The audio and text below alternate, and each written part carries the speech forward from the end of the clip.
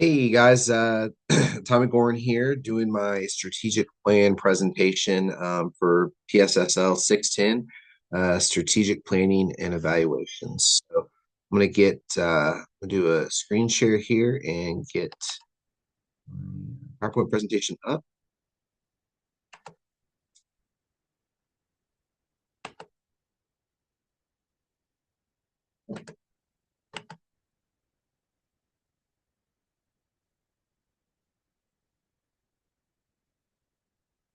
All right, there we go. All right, so in this presentation, we're talking about a strategic plan proposal that I would be presenting to my organization and talking about the benefits of the strategic plan and why we should think about implementing it. So, like I said, this is for my class strategic planning and evaluation. Let's get into it.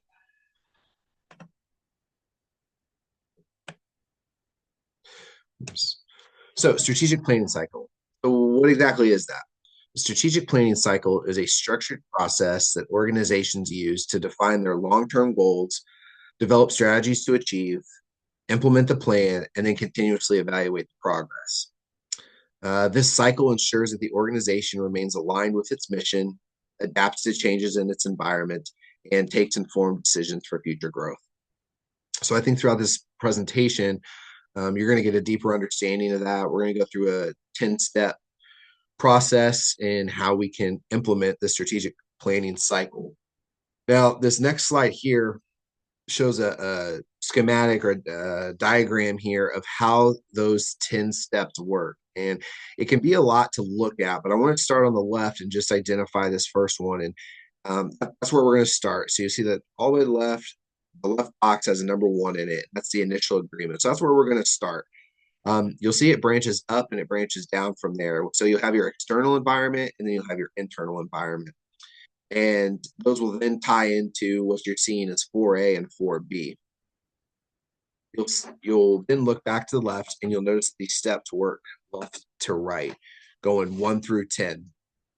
I think the main piece, because we're going to dive into each one of these steps individually, the main thing I want to show you on this diagram is the fact that, like, after step 5, you can go forwards and then you can come backwards. So if you get there and you need to come back to something, you're allowed to do that. So it's always moving. But if you get some time, I would dig a little deeper into this diagram once we get done talking about the 10 steps. So step 1, initiate and agree on a strategic planning process. Um, Create a committee of organizational leaders that serve in command officer positions and review the different strategic planning processes available to use and decide which one best fits your organization. So at this point, get your fire chief, deputy fire chief, and your assistant chiefs together. We don't have to get everyone involved quite yet. So you guys can get together, decide and research which plans are going to work best and which ones are going to implement well for your organization.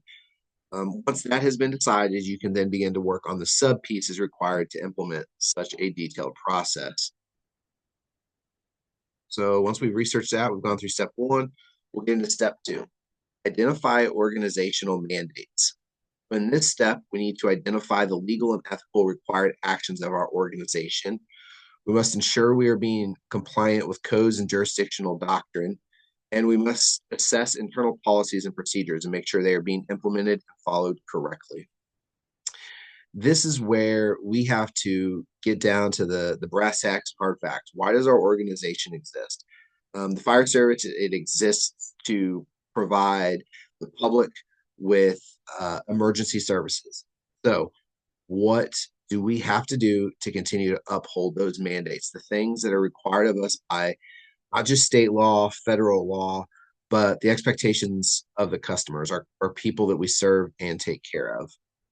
We got to outline those in black and white. Step 3, clarify organizational mission and values. In this step, we need to create a committee to begin to identify these. As an organization, we already have both of these outlines. However, we need to sit down and reanalyze them, update their definitions or the mission statement if needed. In this committee, we should have multiple people represented from each rank. That way we have opinions from the span of our department, top to bottom. This is a great time. I remember actually being a part of this committee when we went through our strategic planning process. And all the way from the fire chief down to the rookie firefighter are sitting in a room. The fire chief, I remember he was wearing the same blue Columbia Fire shirt that we were wearing, and there was no rank in the room. And we wanted everyone's collective opinions without being intimidated by rank or thinking they couldn't talk, and coming together on these missions and values. And like I said, we already had those established. However, we were able to look at our values and we're actually able to redefine a few of them. We kept them all, but we made them a little more specific to what we do in our organization. Step 4 is assess internal and external environments with a SWOT analysis. So this step could perhaps be one of the most important and largest undertakings of the entire process, in my opinion. We need to create a questionnaire and submit it to our external stakeholders. We need to ask them to help identify our strengths, our weaknesses, opportunities, and threats that they see facing our department. Then we need to conduct that same analysis, preferably in person, to our internal stakeholders and ask them the same questions. So this could be a huge undertaking. I know when my department went through it, the external one, we created, I believe it was like a Google form, and we sent it out. It was a 2-minute survey, and we sent it to anybody that lived in the community, business owners. We try to get as much feedback as possible from it. And of course, not everyone's going to reply back, and I forget what the percentage was, but it was actually, it was low, but people did come back with some answers for us. The internal one, we actually broke up into training groups, and we had every single person on the department come through, and a third party person was able to provide this SWOT analysis. And by the end of it, we came down to a common 3 or 4 uh, strengths, weaknesses, opportunities, and threats. And then we were able to identify those in the next step. So once we gather all of our analytics and all of our information, step 5 is to identify strategic issues facing the organization. From the results of the SWOT analysis, we should be able to clearly identify what our external and internal stakeholders have identified as possible issues facing the organization. With this information, we can once again gather with organizational leaders and begin to create initiatives with action steps to complete to address the issues. So this is kind of the gathering of all the information, bringing it all into one area or one spot, and collectively coming together on creating a plan. Step 6, formulate strategies to manage the issues. In this step, we will begin to brainstorm together on ways we can address the issues that were identified. Begin to create subcommittees of both the internal and external stakeholders that identify the issue, and begin to collaborate some strategies or processes we can implement to address those issues. And so now we've been talking about organizational leaders, and it's all kind of been involved until this point. Now we're going to reach down into the ranks. We're going to get people that are interested in the topic, and open up these subcommittees and say who would be interested in being on these committees. And then if you can get passionate people in the right places, you can hopefully start to formulate some great strategies.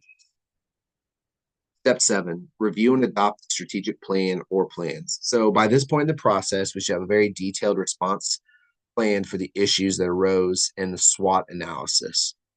We then need to go through each step line by line and agree as organizational leaders to adopt the plan and how we plan to execute it. So our subcommittees have met. They're starting to come together with information. We're starting to review them and starting to make plans at this point. Step 8, establish an effective organizational vision. In this step, we need to address how we roll out this plan to the organization to create a large sense of buy-in. If this step is not accurately implemented, we could lose a lot of buy-in from the members of the organization and the community. So everybody's been given be given their input up until this point and feeling like they have some invested interest. And if we do not effectively roll out a vision and show them that we are going to make changes based off of the information we received, then we've lost all credibility as an organization, whether that's to the internal or external stakeholders. Step 9, develop an effective implementation process. In this step, we need to establish the black and white of how we are going to implement each initiative. We need to create the necessary committees and assign who will be in charge of those committees and the results which they produce. So this is also going to help us in step 10. So if we get these committees together, we put one person in charge of it, we make it their job for the next 2 to 3 years of following up on the initiatives that we've created and identified and tracking their progress, doing 6 months updates, 12-month updates, 18-month updates, and making sure that we're staying on track and effectively implementing the process. I think that's going to be the most successful way to do that. Then finally, on step 10, reassess strategy in the strategic planning process. This step could perhaps be one of the most crucial to the success of the organization. We must continue to reassess and adapt our response as necessary. Many times, organizations just check the box that they have a strategic plan, but do not continue to assess it as time goes on. Some initiatives do not need to be assessed every month, but some do. We must identify those initiatives' needs and create benchmarks on when we are reassessing them and ensure that it is actually happening.